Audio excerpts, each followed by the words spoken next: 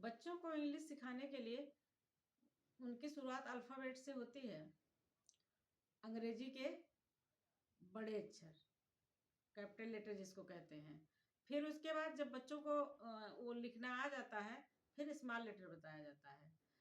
तो इंग्लिश बच्चे जो है सीख लेते हैं, लेकिन उनको इंग्लिश में जब तक आप उस बच्चों को, अगर आप इंग्लिश मीडियम से पढ़ा रहे हैं और सोच रहे हैं कि हमारा बच्चा इंग्लिश बोले, तो आपको शुरुआत से ही उनको हिंदी के वाक्यों को इंग्लिश में कन्वर्ट करना बताना पड़ेगा।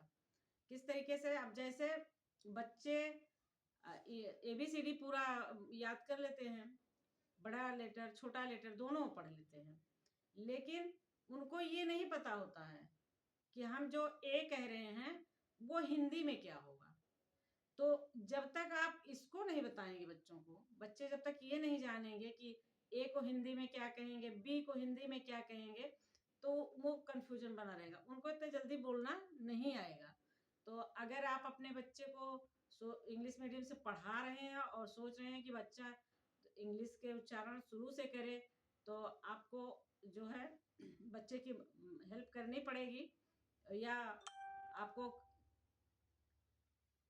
मतलब स्कूल में तो बताया ही जाता है, स्कूल में बताया जाता है, ऐसी बात नहीं है, स्कूल में सिखाया जाता है, लेकिन पर्सनली किसी चीज़ को सीखने के लिए जैसे गार्जियंस बताएं, आपको ट्यूटर लगाएं, या फिर मेरी ऑनलाइन कोचिंग क्लास ज्वाइन करवाएं, तो हम आपके बच्चे को पूरी गारंटी के साथ इंग्लिश बोलना सिखाऊंगी। लेकिन शुरुआत जो है वो अंग्रेजी के कैपिटल लेटर से शुरू होगी, और बच्चे को ये जानना चाहिए कि कौन सा अक्षर, जैसे पूरा वो छोटा से और ज्ञा तक के अक्षरों को जानेगा कि अंग्रेजी में ये कौन से अक्षर होता है। जैसे अब छोटा है तो ए से बनता है, तो बड़ा है डबल ए से बनता है, बी है तो बा से बनता है, बा से बनता है, डब्लू से बनता है, और भी से बनता है, लेकिन अलग अलग जगहों पे कौन सा कहाँ प्रयोग होता है।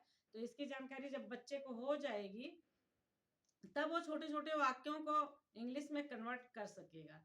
और वैसे तो इंग्लिश बोलने के लिए बहुत विस्तृत जाना पड़ता है, जैसे जैसे बच्चा बड़ा होगा। तो अभी शुरुआत बच्चे को जानने के लिए सर्वप्रथम उसको 12 खड़ी सिखाएं। 12 खड़ी मतलब हिंदी में हिंदी के अक्षर जो होते हैं उनको जो है इंग्लिश में कन्वर्ट करना बताएं कि ए से जो है आ जो है ए से बनता है, जैसे मैंने अभी बताया, इस तरीके से बच्चों को बताएं।